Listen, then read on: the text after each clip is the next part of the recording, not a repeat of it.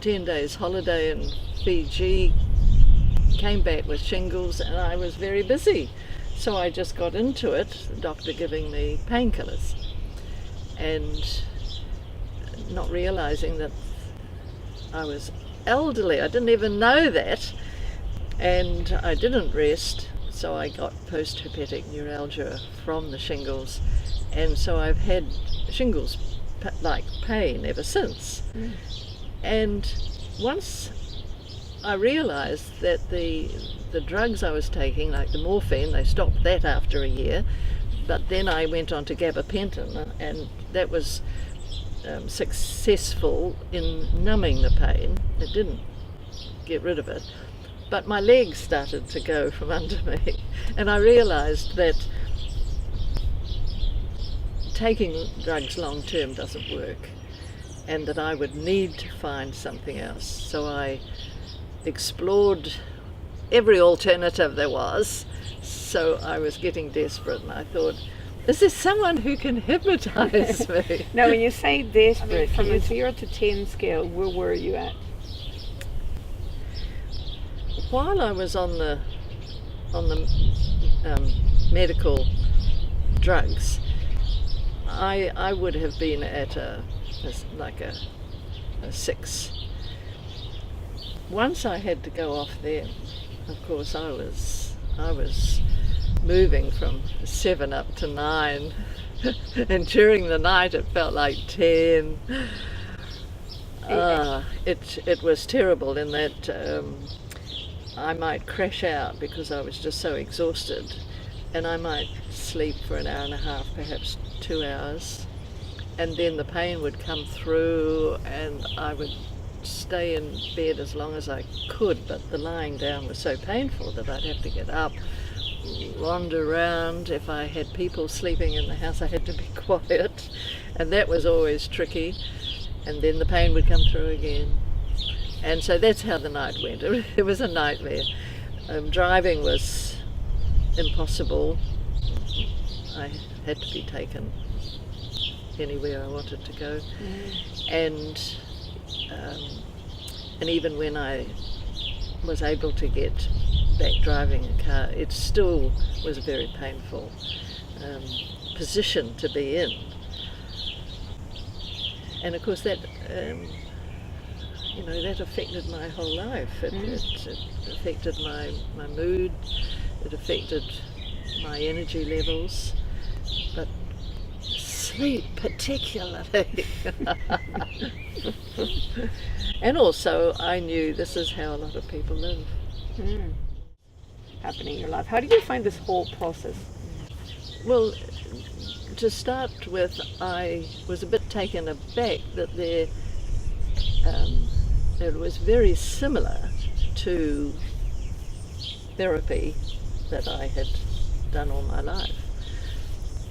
But I began to notice that as I put it into practice, especially at night time when there was no distractions, that there did seem to be some effectiveness. This had some hope.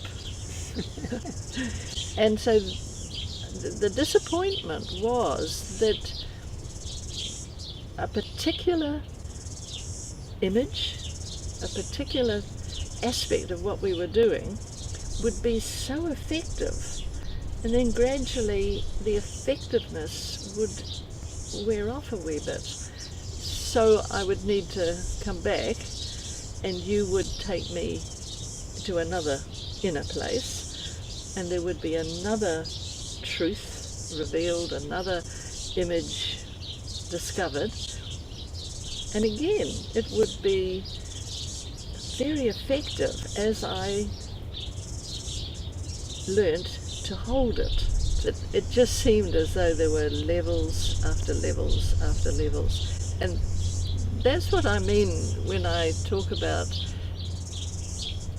my total unawareness of the depth, the level and the significance of nurture.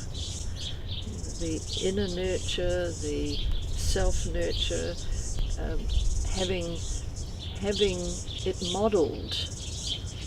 Your the way I would tell you something of which I was ashamed or angry, and then your perception would show me how I could think about it. Oh, it's really the illness or the symptom is symbolic of something else. And so I remember the first time that you talked about this pain and you referred to it as a little man stabbing you in the back, and I was like, wow, that's interesting. And fair enough, later on the story came up where there was a little man in the back of the room. And it has been like a family image. My father used to say, "Oh, the old knife in the back trick." Uh-huh. So it's just it's a metaphor. Yes, that has come through the family. It's a bit of a joke. No one takes it very seriously, and there it is, deep down, needing to be dealt with. Yeah. So if you were to say now that what's the state of affairs now? How are you feeling? Where is your pain level? And a 0 to 10 on an ongoing basis? I can, during the day, be largely out of pain. At nights it still can be difficult. I might wake up 2 or 3 times a night. If I only wake up 1 or 2, that's wonderful. And when the pain comes, I have skills. I do not have to get anxious or frightened that this is going to escalate, but rather I need to deep breathe. I need to come back to the power of my mind, to my body, to just ease, and then the pain can dissipate.